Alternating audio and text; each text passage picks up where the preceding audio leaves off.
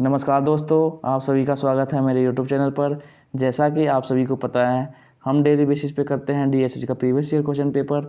तो आज है कुछ मैथ के सवाल जो कि DSSC previous year PRT exam में पूछे गए हैं। तो चलिए स्टार्ट करते हैं। जब एक संख्या का 30% 140 में जोड़ा जाता है तो परिणाम वही संख्या स्वयं होती है। संख्या का मान क्या है? तो चलिए देखते हैं कि मान लेते हैं कि वो संख्या क्या है। मान लेते हैं एक्स है, ठीक है। एक्स का 30%, एक्स का 30% 140 में जोड़ा जाता है। तो 140 प्लस एक्स का 30% तो 30x हो गया बाई 100। तो परिणाम संख्या में वही प्राप्त होती है, तो x हो गया। अब 140 का हम करेंगे तो यहाँ पे कितना हो जाएगा, 100 से मल्टीप्लाई कर लेंगे तो 14,000 हो जाएगा प्लस 30x, और ये 100 इधर मल्टीप्लाई कर देंगे तो 100x। फिर इसके बाद हमारा जो होगा, अगर 30 को इधर ले जाएंगे तो ये हो जाएगा हमारा 100 माइनस 30x, तो कितना हो जाएगा 70x इक्वल टू 14,000। अब हम क्या करेंगे, x बराबर 14,000 बाई 70, काटेंगे 200 हमारा राइट आंसर है। आगे चलते हैं, नेक्स्ट क्वेश्चन देखते हैं हम। 3 समान क्षमता की बोतलों में दूध तथा पानी के मिश्रण का अनुपात क्रमशः 2:3, 1:2 तथा 4:3 है। इन 3 बोतलों को एक बड़ी बोतल में खाली कर दिया जाता है। बड़ी बोतल में क्रमशः दूध तथा पानी का अनुपात क्या होगा? देखो, इसमें अलग अलग बोतल हैं, ठीक है। 3 बोतल हैं। पहले बोतल में है मिल्क तथा वाटर का अनुपात है, ठीक है। मिल्क और वाटर का पूछा गया है। मिल्क इसमें कितने हैं, 2:3। फिर उसके बाद है 1:2,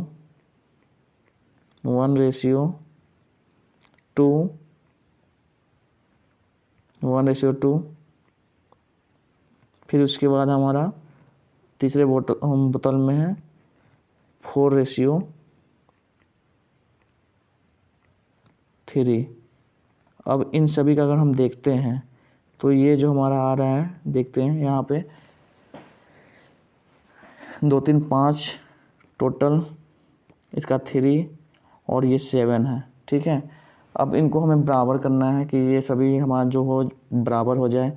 तो इसे हमें क्या करें, इक्वल करने के लिए हम इसमें क्या करेंगे कि 7×3 = 21 से मल्टीप्लाई करेंगे। इसमें हमें एक मल्टीप्लाई करना है, तो इसमें कितने से करेंगे, 3 है तो 7×5 = 35 से मल्टीप्लाई करेंगे, और इसमें कितने से मल्टीप्लाई करेंगे, 7 है तो 5×3 = 15 से मल्टीप्लाई करेंगे। ये हमारा क्या होगा, बराबर हो जाएगा। तो फिर उसके बाद हम यहाँ पे देखेंगे, अगर मल्टीप्लाई करेंगे तो ये 21 से इसमें मल्टीप्लाई करेंगे तो कितना आएगा, हमारा नया रेशियो यहाँ पे निकल के आएगा। 2 में करेंगे मिल्क और वाटर का, यहाँ पे मिल्क है वाटर है, तो कितना होगा, 21 2 42 रेशियो 21 3 3 6 63। फिर इसके बाद करेंगे 35 रेशियो, और ये 35 2 70। फिर इसके बाद हम इसको करेंगे 15 × 60 रेशियो, और इसी करेंगे 15 × 45। अब इन सभी को हम ऐड करेंगे तो ये आ जाएगा 7 4 3 7 7 और 6 13, 6 4 10 3 13। इसको देखेंगे तो ये आ गया हमारा 8 5 3 8 और 6 4 10 17, 137 रेशियो 178, 137 रेशियो 178 आ रहा है, जो कि हमारा राइट आंसर है। जो तीसरी जो बोतल का रेशियो होगा वो कितना होगा, जिसमें हम सभी बोतलों को खाली कर सकते हैं, 137 रेशियो 178। आगे चलते हैं, नेक्स्ट क्वेश्चन देखते हैं। यहाँ पे नीचे दिया गया दंड चित्र एक कंपनी के 8 कर्मचारियों को वेतन को दर्शाता है, ठीक है। यहाँ पे वेतन दर्शा रहा है। अब इसमें हमसे क्वेश्चन पूछा गया है कि कर्मचारी E2 के वेतन का कर्मचारी E6 के वेतन का अनुपात क्या है। तो E2 ये है और E6 ये है। तो E2 का कितना है 300 और E6 का कितना है, E6 का है हमारा यहाँ पे 1200। इन दोनों का अगर रेशियो देखेंगे तो कितना आएगा हमारा 4×12 1:4 1:4, जो कि हमारा राइट आंसर है। आगे चलते हैं, नेक्स्ट क्वेश्चन देखते हैं। यदि एक संख्या 537XY 90 से पूर्णतः विभाजित है तो x और y का मान क्या होगा। देखो 90 से जब विभाजित है तो हम इसे क्या कर सकते हैं, 2 में डिवाइड कर सकते हैं। एक 9 हो गया, 9 से डिविजिबल हो सकता है, एक 10 से डिविजिबल, 9 दाहिने 90, ठीक है। तो 9 से भी डिविजिबल हो सकता है, 10 से भी डिविजिबल होता है। तो 9 से डिविजिबल होने के लिए हमें क्या करना चाहिए कि पहली बार तो जितने भी इन सभी अंकों का जो सम है वो 9 से डिविजिबल होना चाहिए। तो देखते हैं हम 5 3 कितने हो गए, 5 3 8 8 और 7 15 हो गया। तो अब कितना ऐड करेंगे तो 9 से डिविजल हो जाएगा। 3 ऐड करेंगे तो 9 से वहाँ डिविजल हो जाएगा, ठीक है। तो 9 से डिविजल होगा तो ये हमारा जो 3 है वो x और y होगा, ठीक है। x + y हमारा 3 होना चाहिए यहाँ पे, x और y। अगर अब हम क्या करेंगे, अब x और y का मान रखना है। अगर 1 रखेंगे 2 रखेंगे तो हमारा होगा नहीं, क्योंकि 10 से भी डिविजल होना चाहिए, ठीक है। 10 से डिविजल होने के लिए हम क्या करेंगे, इसे हम यहाँ पे 3 रखेंगे, x बराबर और y बराबर 0 रखेंगे, तब हमारा क्या होगा 10 से ये डिविजिबल भी हो जाएगा। तो यहाँ पे हमारा हो गया। तो x + y बराबर कितना हो जाएगा 3 + 0 = 3, जो कि हमारा राइट आंसर है। आगे चलते हैं, नेक्स्ट क्वेश्चन देखते हैं हम।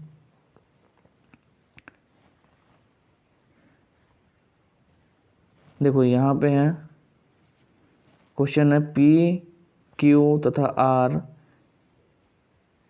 का औसत भार 38 किग्रा है। यदि P तथा Q का औसत भार 36 किग्रा है और Q तथा R का औसत भार 32 किग्रा है तो Q का भार कितना होगा। देखो यहाँ पे P, Q, R का औसत भार कितना है 38 है।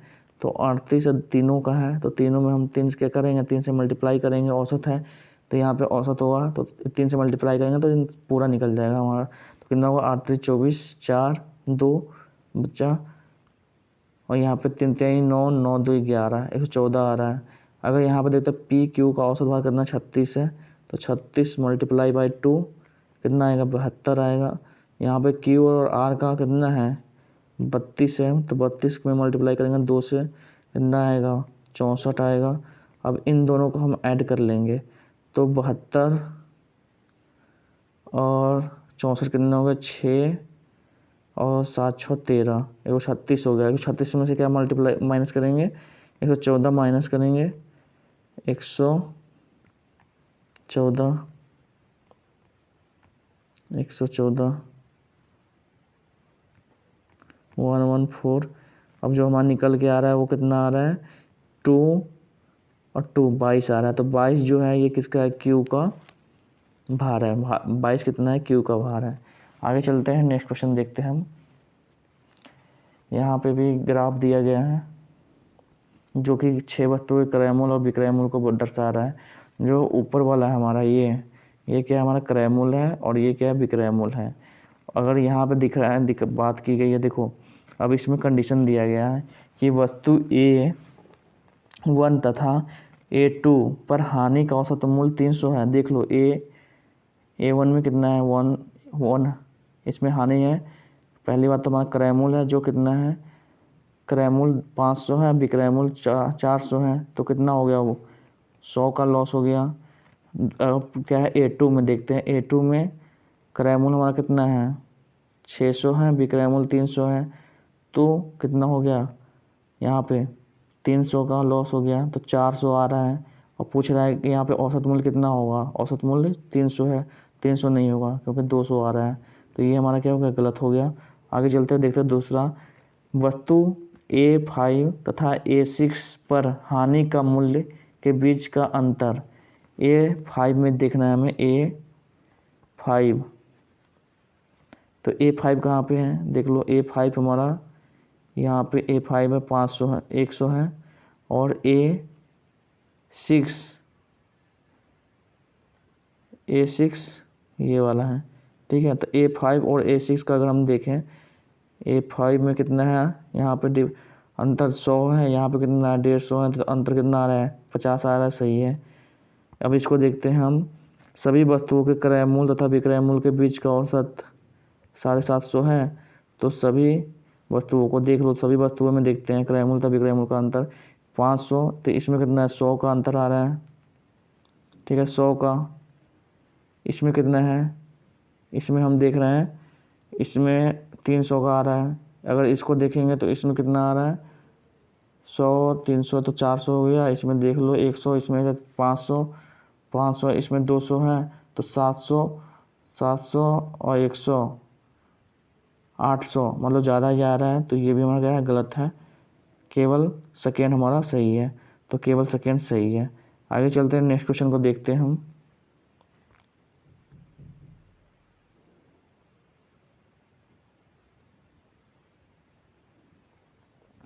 यहाँ पर है, अनिल अकेले एक कार्य को 28 दिनों में पूरा कर सकता है तथा करण अकेले उसी कार्य को अनिल द्वारा किए गए समय के आधे समय में पूरा कर सकता है। दोनों मिलकर कुल कार्य का 3/7 भाग कितने दिनों में कर सकता है, ठीक है, करेंगे। तो इसको हम देखते हैं कि पहला जो हमारा अनिल है, अनिल को ए लिख लेते हैं, करण के, अनिल कितने दिन में कर रहा है 28 दिन में काम कर रहा है। वही हम करण की बात करते हैं, तो करण उसी कार्य को कितने दिन में पूरा कर रहा है। करण की हम जब देखते हैं तो करण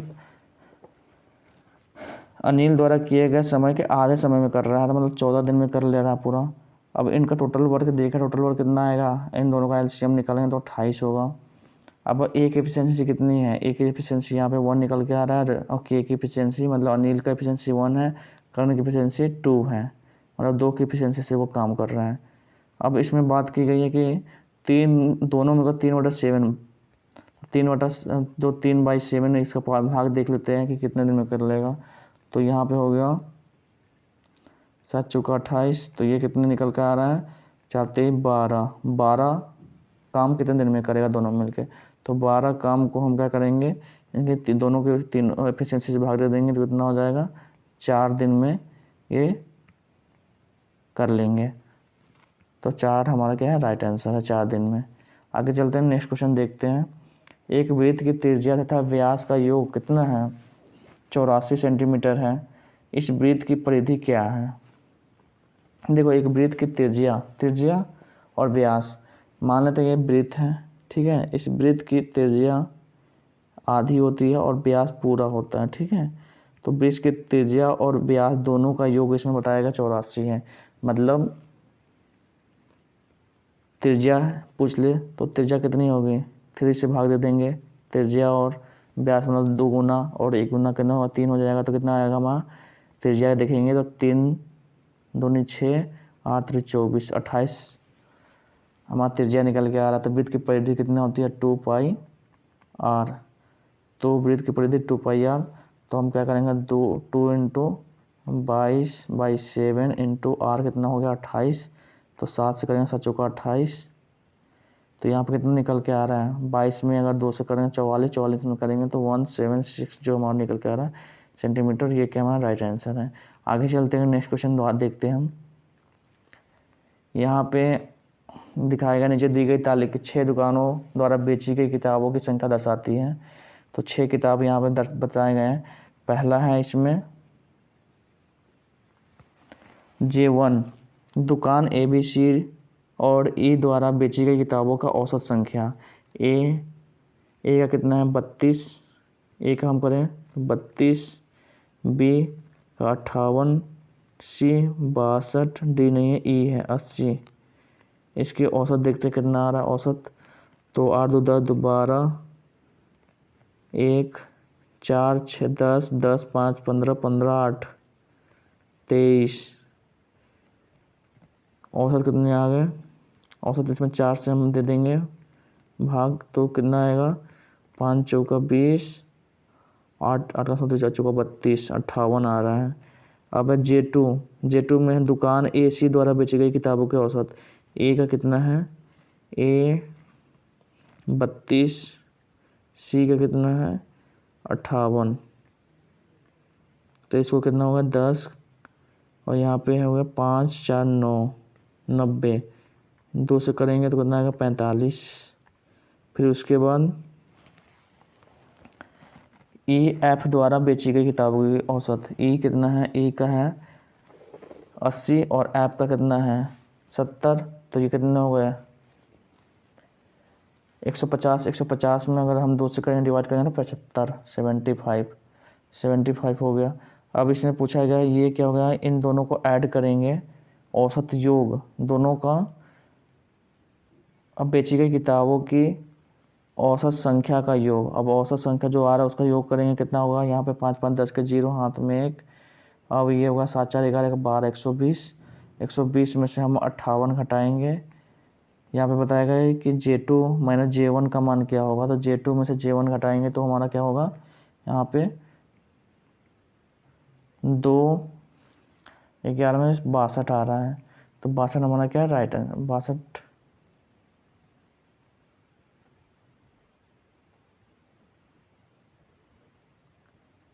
62 है।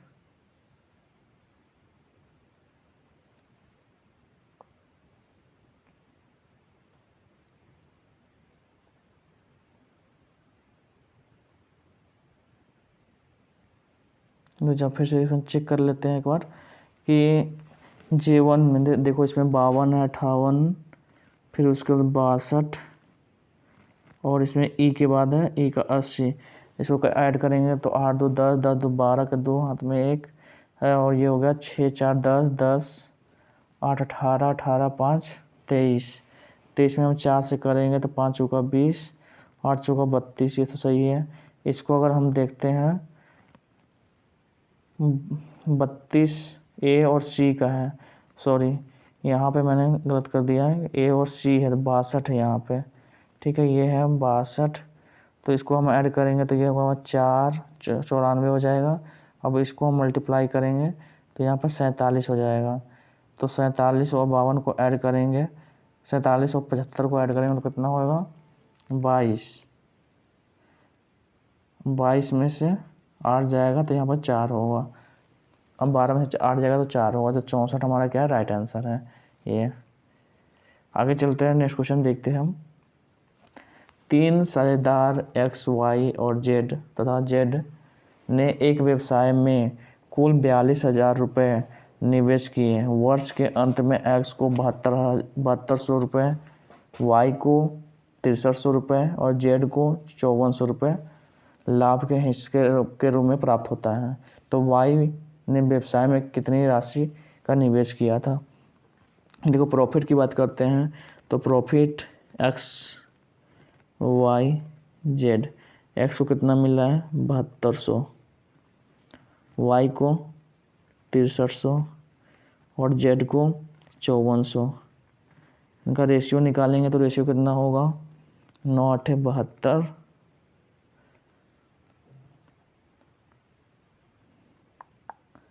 और 9 7 63 9 6 54, तो जो हमारा रेशियो निकल के आ रहा है वो आ रहा है 8:7:6।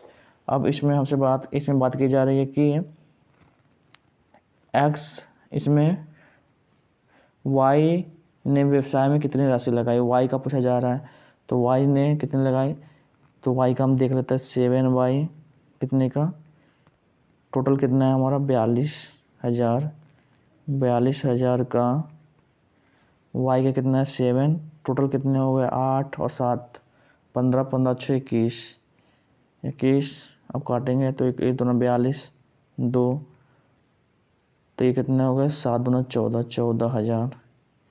Y का कितना रुपये लगाया इसमें 14,000। आगे चलते हैं, नेक्स्ट क्वेश्चन देखते हैं। ये तो सिंपल है, इसमें क्या है कि आपको 25/10 × 2 + 5 × 3/1.5। अब इसको हम काटेंगे तो ये हमारा हो जाएगा 2 पच्चे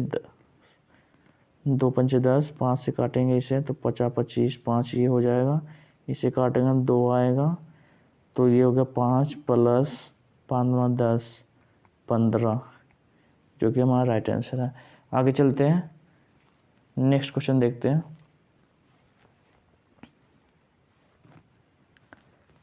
यदि दो संख्याओं का गुणनफल 180 है, उनके वर्गों का योग 369 है, 369 है, तो संख्याओं का योग क्या होगा। देखो पहली बात a इंटू बी बराबर कितना है 180, दो संख्याओं का गुणनफल, और a square plus B square बराबर कितना है यहाँ पे 369। तो a प्लस इसमें संख्याओं का योग कितना होगा, a प्लस बी बराबर व्हाट क्या होगा। तो हम ये निकाल सकते हैं a प्लस बी का होल स्क्वायर करेंगे तो यहाँ पे कितना आ जाएगा a square plus B square, a square plus B square plus 2ab, a plus B का होल स्क्वायर कितना 369 प्लस, और ये कितना होगा 180। अब इसको हम करेंगे, देखो यहाँ पे लिखा हुआ 369 प्लस इसको करेंगे 360। अब यहाँ पे कितना आ रहा है 9 729, 729 कितने का स्क्वायर है 729 27 का स्क्वायर है, 27 का स्क्वायर है। तो अगर ये a प्लस बी का होल स्क्वायर है तो a प्लस बी का मान क्या होगा, तो a प्लस बी का मान तो इधर से स्क्वायर हटेगा तो यहाँ पे आ जाएगा 729, और इसको क्या करेंगे 27 का स्क्वायर है तो a प्लस बी बराबर 27 हमारा क्या है राइट आंसर है। यहाँ पर देख लो आप 27 हमारा राइट आंसर है। आगे चलते हैं, नेक्स्ट क्वेश्चन देखते हैं हम।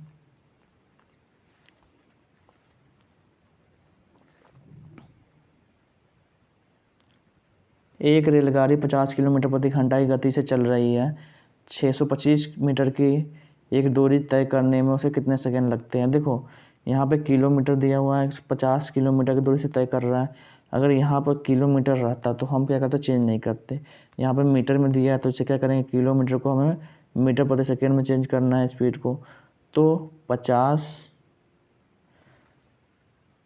पहले हम इसको कर लेते 600। अब हमारा क्या होता है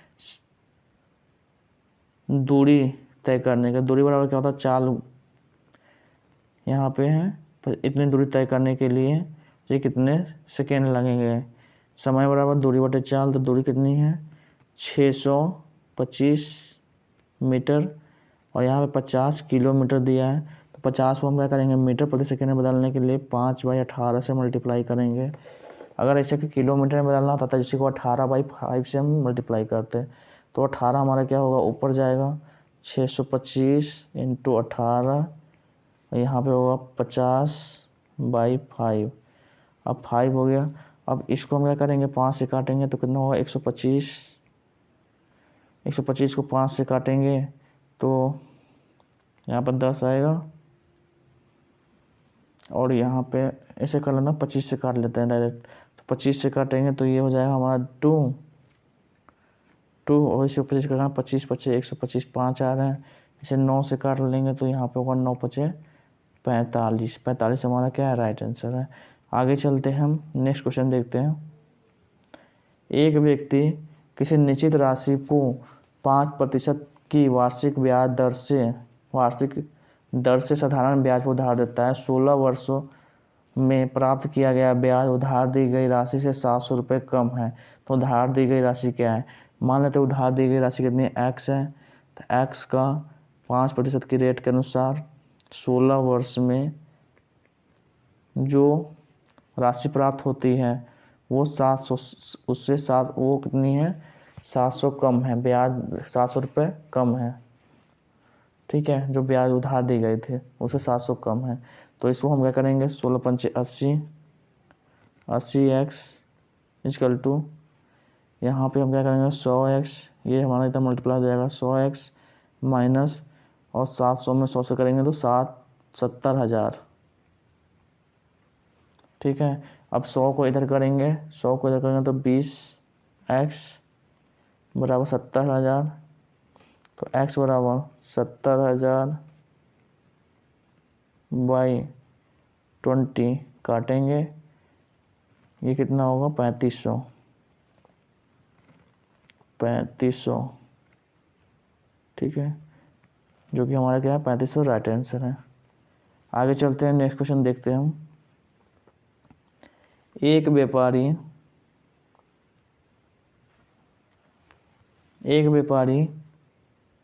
एक घड़ी को 30% के लाभ पर बेचता है। यदि वह उस घड़ी को 20% कम मूल्य पर खरीदता तथा 60 रुपये कम में बेचता तो उसे 30% का लाभ होता। घड़ी का क्रय मूल्य क्या है? देख लो, इसमें आते हैं हम, पहली बात करते हैं घड़ी का जो क्रय मूल्य है, बात करते हैं सीपी। पहली बात वो कितनी है 100x मान लेते हैं, माना कि सीपी बराबर कितना है कॉस्ट प्राइस, क्रय मूल्य कितना है 100x है, 30% के लाभ पर बेचता है तो एसपी कितना हो जाएगा, सेलिंग प्राइस 130x, 30% के लाभ पर बेचा 130x हो जाएगा। यदि उस घड़ी को 20% के कम मूल्य पर खरीदता, अब नया सीपी बात करें, नया सीपी 20% कम पर खरीदता तो मतलब 80x पर खरीदता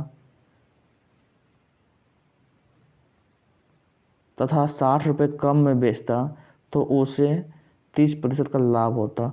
80 में खरीदा है तो 80 पर उसे 30% का लाभ, ठीक है, 80 पर उसे 30% का लाभ होगा, तो 30% का लाभ मतलब 130 बाई 100, ठीक है, और कितने पर 130 में तो वो खरीदा था 130x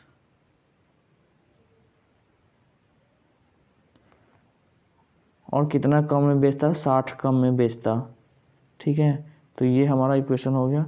अब इसको हम देख लेते हैं, यहाँ पे 80x है तो 80x, इसको 2 जीरो से 2 जीरो काट लेंगे तो ये कितना होगा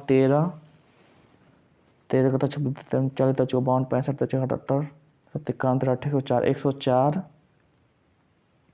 x equal to 130 x minus 60 रुपये कम पे बेच रहे हैं तो माइनस यहाँ पे क्या होगा हमारा -60। अब 130 को 104 को इधर ले आएंगे तो 130 माइनस 104, ये x है, x 104 x बराबर 60, कितना जगह 24 x बराबर 60, तो x बराबर कितना आ जाएगा 60 बाई 24, और 60 बाई अगर 24 को हम निकालेंगे तो यहाँ पे ये कितना आएगा,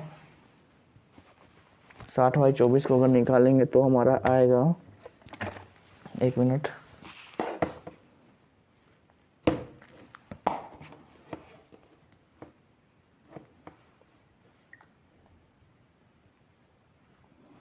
साठ भागा 24,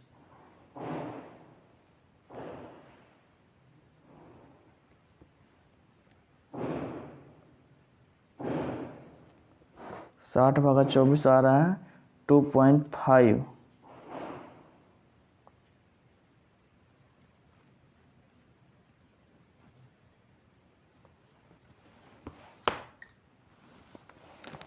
चौबीस नहीं 26 होगा, सॉरी, क्योंकि 104 हम 104 घटाएंगे तो 26 आएगा ना, सॉरी, यहाँ पे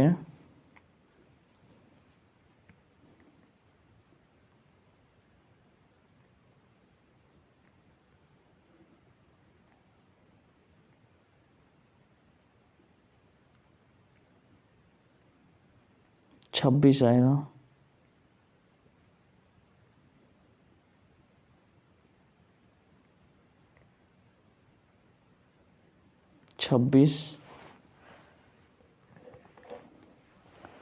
तो यहाँ पे हो जाएगा 60 बाई 26, तो कितना आएगा 60 बाई 26 में अगर हम करेंगे तो 60 बाई 26 आ रहा है 2.5 3076, ठीक है। अब क्रैमोल बराबर हम देख लें, क्रैमोल हमारा कितना है, तो क्रैमोल हमारा 100x है, तो 100x का रखेंगे तो ये कितना करेंगे, तो x का मान रख देंगे 100 में, तो कितना हो जाएगा 230.76, जो कि हमारा राइट आंसर है। 230.76 ये हमारा राइट आंसर है। आगे चलते हैं, नेक्स्ट क्वेश्चन देखते हैं हम। P को Q से 20% अधिक अंक प्राप्त हुए, R को Q से 20% कम अंक प्राप्त हुए। देखो इसमें है, हमें देखना है P Q R। अगर Q को 100% है तो P को कितना हुए, 20% अधिक प्राप्त हुए 120, और R को 20% कम प्राप्त हुए मतलब 80। अब इसका रेशियो निकाल लो, रेशियो कितना हो जाएगा, रेशियो जो 6:5:4 का रेशियो, यदि R, या ऐसे ही रहने देते हैं, रेशियो नहीं निकालते। देखो यदि R बराबर कितना 160 है, R बराबर 160 है, तो P का अंक क्या होगा 240, जो कि राइट है। आगे चलते हैं, नेक्स्ट क्वेश्चन देखते हैं हम। एक समचतुर्भुज एक बड़े विकर्ण की लंबाई 60 सेंटीमीटर है, समचतुर्भुज है, समचतुर्भुज, इसके बड़े विकर्ण की लंबाई 60 सेंटीमीटर है और छोटे विकर्ण की लंबाई कितना है 4 सेंटीमीटर कम है, मतलब 56 है। तो समचतुर्भुज का क्षेत्रफल एक आयत के क्षेत्रफल के बराबर है। समचतुर्भुज का क्षेत्रफल क्या होता है, A1/2 D1 इंटू D2, तो 1/2 D1 कितना हो गया 60/56, 36 नहीं 56, ये 5 है ना 56। अब 60 का ये काटेंगे तो 30, तो कितना हो गया यहाँ पे क्षेत्र 0, क्षेत्र 18 के 8, हाँ, और 5 15 16, 1680। अब इसमें बात की गई है कि जो 1680 है, ठीक है, वो समचतुर्भुज क्षेत्रफल आयत के क्षेत्रफल के बराबर है। आयत का क्षेत्रफल क्या होता है, लंबाई इंटू चौड़ाई। लंबाई कितना है, अब इसमें बात की गई लंबाई कितने 2 सेंटीमीटर अधिक है, तो 1680, तो दो लंबाई कितनी है x + 2, तो चौड़ाई कितनी होगी, चौड़ाई x, तो लंबाई x + 2 हो जाएगा, क्योंकि 2 अधिक है, तो 2 अधिक है, तो हम ये कितना हो जाएगा, यहाँ पे हम देखते हैं 1680। तो अब x + 2 और x का मान कितना रखें, x का मान अगर हम x + 2 अगर 42 रखते हैं और इंटू 40 रखेंगे, तो ये हमारा कितना आएगा 1680 आ जाएगा। लंबाई चौड़ाई ये हो गई। अब पूछा गया हमसे आयत का परिमाप क्या होगा। आयत का परिमाप होता है यहाँ पे 2 इंटू लंबाई जोड़ चौड़ाई। आयत का परिमाप 2 इंटू लंबाई जोड़ चौड़ाई, तो 2 इंटू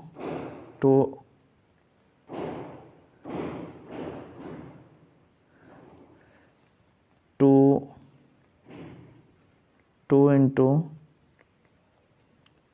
कितने हो गए यहाँ पे 42 82, तो 4 8 2 16 64, 164 हो गया, जो कि हमारा क्या राइट आंसर है 164। आगे चलते हैं, नेक्स्ट क्वेश्चन देखते हैं हम।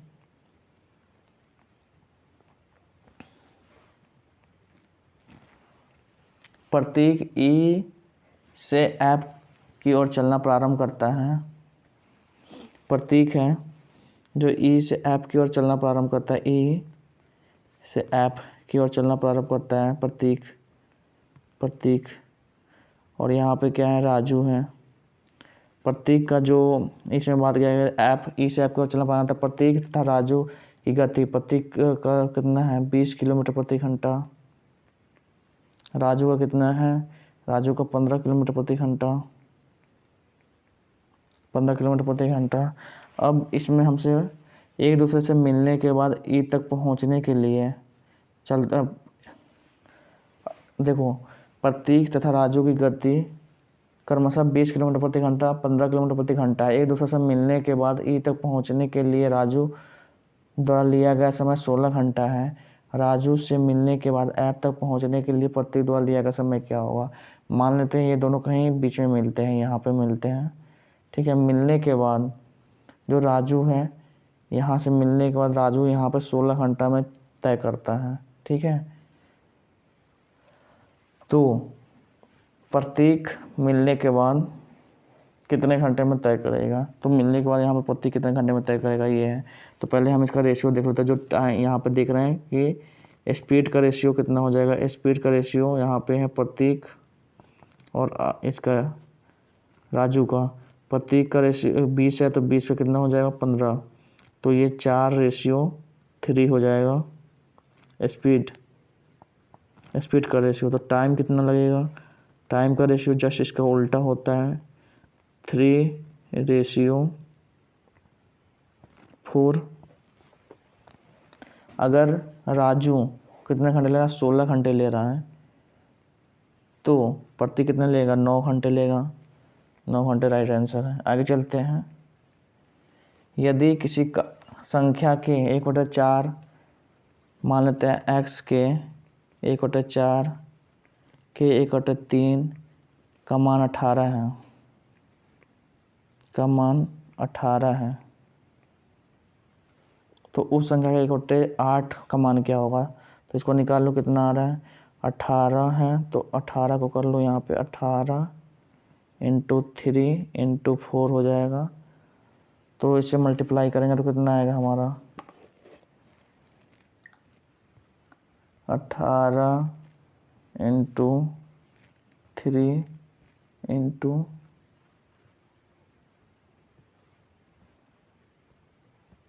4 216 आ रहा है। 216। अब 216 का इसमें पूछा गया 1/8 कितना होगा, तो 8 दूनी 16। अब बचा कितना 5, 8 7 56, 27, जो कि राइट आंसर है। आगे चलते हैं, नेक्स्ट क्वेश्चन देखते हैं। इसमें दिया है कि 23 का पावर 65 है, 36 का पावर 94 है और 88 का 77 है। तो इकाई स्थान पर कौन सा अंक होगा। देखो इकाई स्थान पर कौन सा अंक होगा, तो पहले हम जो पावर है उसको क्या करेंगे, 4 से डिवाइड कर देंगे, उसका जो शेष आता है उसे लिखेंगे। तो 65 है, तो 65 का अगर हम डिवाइड करेंगे तो 64 तक तो कर जाएगा। 23 का पावर देखो ये 65 है, 65 को हम करेंगे तो कितना होगा, 4 से मल्टीप्लाई करेंगे। पहले यहाँ पर देख लेते हैं। जो 23 है, 23 का पावर यहाँ पे 64 है, 65 को अगर करेंगे तो 4 से करेंगे, 4 2 5 बचा, तो इसको करेंगे 6 चौका 24, मतलब 1 आ रहा है, शेष आ रहा है। तो 1 जब हमारा शेष आ रहा है तो शेष को ही लिखेंगे यहाँ पे, शेष 1 हो गया। अब इंटू 36 को अगर हम 94 में 4 से डिवाइड करेंगे तो कितना आएगा, 94 में करेंगे तो 2 आएगा। देखो 94 है, 94 में 4 से करेंगे, 4 दूना 8, 4 दूना 8 बचा 1 और 4 3 12, मतलब 2 आ रहा है। तो इसका घात कितना होगा, 2। इसका घात होगा 2 इंटू 88 का करेंगे तो 77 का करेंगे तो 4 एकम 4 बचा 3, 9 चौका 36, 1 बच रहा है यहाँ पे। अब इसको क्या करेंगे, केवल इकाई अंक करना था हमें 3। अगर इसको हम करेंगे 6 की पावर करेंगे 36, मतलब 6 ही आएगा इकाई में। 3 का करेंगे तो 3 × 6 × 8, तो 6 3 18, 8 आया, 8 8 64, मतलब 4 ही आ रहा है, ठीक है।